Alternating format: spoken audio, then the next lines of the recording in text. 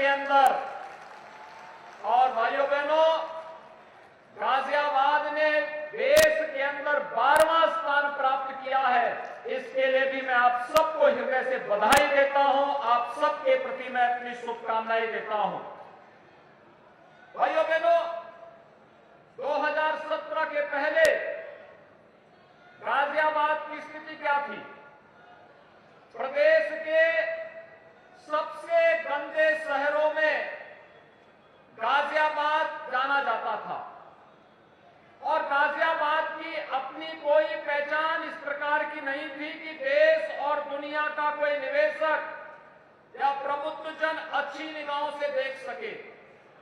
लेकिन भाइयों बहनों, 2017 के बाद जिस मजबूती के साथ गाजियाबाद ने कार्य करना प्रारंभ किया, यहां के जनप्रतिनिधियों के नेतृत्व में, प्रधानमंत्री मोदी जी के गाइडेंस में, उनके मार्गदर्शन में और प्रदेश सरकार के द्वारा बताए गए कार्यक्रमों को प्रबुद्धजनों ने, सामाजिक संगठनों ने, व्यापारिक संगठनों ने अपना समर्थन और आशीर्वाद दिया और गाजियाबाद की जनता इस पूरे अभियान के साथ जुड़ी। आज उसका परिणाम हम सबके सामने है कि गाजियाबाद एक नित नए प्रतिमान गढ़ता जा रहा है और प्रतिमान की ही कड़ी है कि आज देश का पहला 12 लेन का एक्सप्रेस हाईवे गाजियाबाद को जोड़ते हुए आगे बढ़ता है।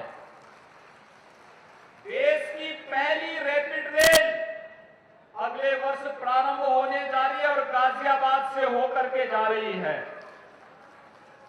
गाजियाबाद के पास अपना एयरपोर्ट है, बेहतरीन कनेक्टिविटी है और आज इसी व्यवस्था को आगे बढ़ाने के लिए मैं स्वयं अपने जनप्रतिनिधियों के साथ में 878 करोड़ रुपए की परियोजनाओं का सौगात गाजियाबाद वासियों को देने के लिए यहां पर आया हूं। प्रदेश सरकार के द्वारा अपराध और अपराधियों के प्रति जीरो टॉलरेंस, भ्रष्टाचार और भ्रष्टाचारियों के प्रति जीरो टॉलरेंस की जो नीति रही है, भाइयों बहनों, उसी क्रम को आगे बढ़ाने के लिए मैं एक बार फिर से आपके साथ अपनी प्रतिबद्धता दोहराने के लिए आया हूं। 2017 के पहले उत्तर प्रदेश और पश्चिमी उत्तर प्रदेश की क्या स्थिति थी? यहां पर कुछ चंद अपराधी पेशेवर माफिया संगठित अपराधों का संचालन करते थे, आम जन का जीना हराम करते थे, व्यापारियों को व्यापार करने से रोकते थे, गुंडा टैक्स मांगते थे, कोई उद्यमी प्रदेश में निवेश नहीं करना चाहता था और कोई भी बहन और बेटी अपने आप को प्रदेश के अंदर सुरक्षित नहीं महसूस कर रही थी।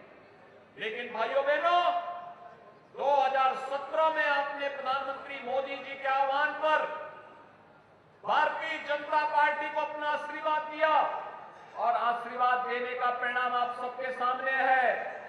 सभी जनप्रतिनिधियों ने मेहनत की, सरकार की नीतियों को आगे बढ़ाने का योगदान दिया और परिणाम सबके सामने है। आज अपराधी प्रदेश छोड़ करके पलायन कर रहा है और जिस प्रदेश से पहले उद्यमी और व्यापारी पलायन करता था, वह वापस प्रदेश के अंदर आकर के फिर से निवेश का माहौल बना करके प्रदेश के युवाओं को प्रदेश में नौकरी और रोजगार की संभावनाओं के साथ आगे बढ़ा रहा है। मैं बार बार कहता था, उत्तर प्रदेश वो अनंत संभावनाओं वाला प्रदेश है। प्रकृति और परमात्मा की सीम कृपा उत्तर प्रदेश के अंदर है। हमारे पास दुनिया का सबसे जुझारू युवा है, प्रतिभाशाली युवा है। हमारे पास देश का सबसे और दुनिया का सबसे अच्छा और प्रतिभाशाली ऊर्जावान युवा हमारे पास है। अगर हम इसको प्रदेश के अंदर मौका देंगे, इसकी प्रतिभा और इसकी ऊर्जा का लाभ प्रदेश को प्राप्त होगा। और आज जब उसे अवसर मिला है, उसने प्रदेश के विकास में अपना योगदान देना प्रारंभ किया है। जो प्रदेश पहले बीमारू प्रदेश था, आज देश की दूसरी अर्थव्यवस्था बनने की ओर अग्रसर है। ये प्रदेश की एक नई तस्वीर हम सबके सामने प्रस्तुत करती है। और इसलिए भाइयों बहनों, आज मैं आपसे कहने के लिए आया हूं, जब एक विचारधारा की सरकार होती है तो विकास तेजी के साथ आगे बढ़ता है। आज प्रदेश में डबल इंजन की सरकार है। प्रधानमंत्री मोदी जी के मार्गदर्शन में प्रदेश के अंदर हम कार्य कर रहे हैं और जब स्थानीय स्तर पर भी जनता की बुनियादी सुविधाओं के लिए जब स्थानीय स्तर पर भी उस प्रकार की सरकारें और उस प्रकार के बोर्ड गठित हो जाते हैं, कार्य करते हैं, स्थानीय निकाय और पंचायती राज में भी समान विचारधारा के लोग रहते हैं, तो विकास तेजी के साथ आगे बढ़ता है, कई गुना आगे बढ़ता है। और भाइयों बहनों, बुलेट ट्रेन की स्पीड से विकास दिखता है और बुलेट ट्रेन की उस स्पीड को बनाने के लिए आप सबका आशीर्वाद भारतीय जनता पार्टी को चाहिए। जो लोग प्रदेश के अंदर परिवारवाद के नाम पर, जातिवाद के नाम पर प्रदेश के सामाजिक ताने बाने को छिन्न भिन्न करते थे, उनकी आत्में आज भी जा नहीं रही है, आत्में जाती नहीं है। जिन्होंने माफियाओं की सागिर्द बन करके प्रदेश की जनता को तबाह किया हो, वे कितनी भी सफाई क्यों न दें, भाइयों बहनों, उनकी वे बुरी आत्में जाएंगी नहीं और वे आज भी वही करेंगे। जब भी उनको अवसर मिलेगा, वे उन माफिया और अपराधियों को फिर से प्रदेश के अंदर अराजकता फैलाने, दंगाइयों को दंगा करने, व्यवसायिक प्रतिष्ठानों को आगजनी के हवाले करने के लिए ही उस प्रकार का माहौल देने का कुत्सित प्रयास करेंगे। लेकिन हमें कहीं भी तनिक भी उनको ये अवसर नहीं देना है।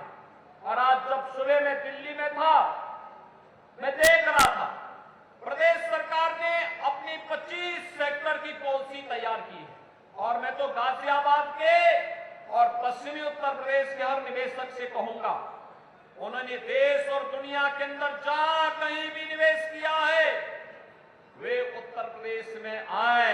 उत्तर प्रदेश उनके लिए एक पावड़े बिछा करके, प्लग पावड़े बिछा करके उनके लिए तैयार है। वे आए, हमारी पॉलिसी का लाभ लें और प्रदेश के विकास में अपना योगदान दें और हमारे युवाओं को रोजगार के साथ जोड़ करके उनके उज्जवल भविष्य को आगे बढ़ाने में अपना योगदान देंगे, तो स्वाभाविक रूप से उनकी पूंजी भी बढ़ेगी और पूंजी सुरक्षित भी रहेगी। प्रदेश ने देश की सबसे अच्छी औद्योगिक नीति दी है, स्टार्टअप की सबसे अच्छी नीति दी है, टेक्सटाइल की सबसे अच्छी नीति दी है, सोलर एनर्जी की सबसे अच्छी नीति दी है और ऐसी 25 सेक्टर से जुड़ी हुई अच्छी नीतियों को लेकर के हम कार्य कर रहे हैं। भाइयों बहनों, अगर कोई एक शिक्षण संस्थान भी खोलता है, वह भी हमारे लिए निवेश है। कोई एक चिकित्सालय बनाता है, वह भी हमारे लिए निवेश है। कोई एक छोटा उद्यम भी लगाता है, वह भी हमारे लिए निवेश है।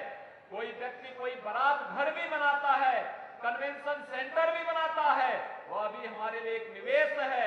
और जिस भी सेक्टर में आप निवेश करेंगे, प्रदेश सरकार उसका स्वागत करेगी और उसको हर प्रकार का अपना समर्थन देगी। ये वही प्रदेश है, यहां पर आपने देखा होगा उद्योग जगत से जुड़े हुए और मिशन शक्ति से जुड़े हुए कुछ महानुभावों ने अपने विचार इस मंच पर व्यक्त किए। ये वही प्रदेश है भाइयों बहनों, जिस प्रदेश में बेटियां सुरक्षित नहीं थी। ये पश्चिमी उत्तर प्रदेश की स्थिति क्या हो गई थी, लेकिन भाइयों बहनों आज उत्तर प्रदेश के अंदर मिशन शक्ति जिस रूप में कार्य कर रहा है वो आपके सामने है। सेफ सिटी के रूप में प्रदेश के सभी बड़े महानगरों को लेकर के आगे बढ़ रहे हैं और प्रदेश के अंदर आपने माहौल देखा होगा, प्रदेश के अंदर स्मार्ट सिटी के रूप में 10 सिटी का चयन हुआ था। भारत सरकार ने 10 सिटी का चयन किया, शेष 7 नगर निगमों को राज्य स्टेट स्मार्ट सिटी मिशन के अंतर्गत हम कार्य कर रहे हैं। 20,000 से अधिक गरीबों को अकेले गाजियाबाद नगर निगम के अंदर उन्हें आवास की सुविधा उपलब्ध करवाई गई। ये पहले कभी नहीं हुआ था।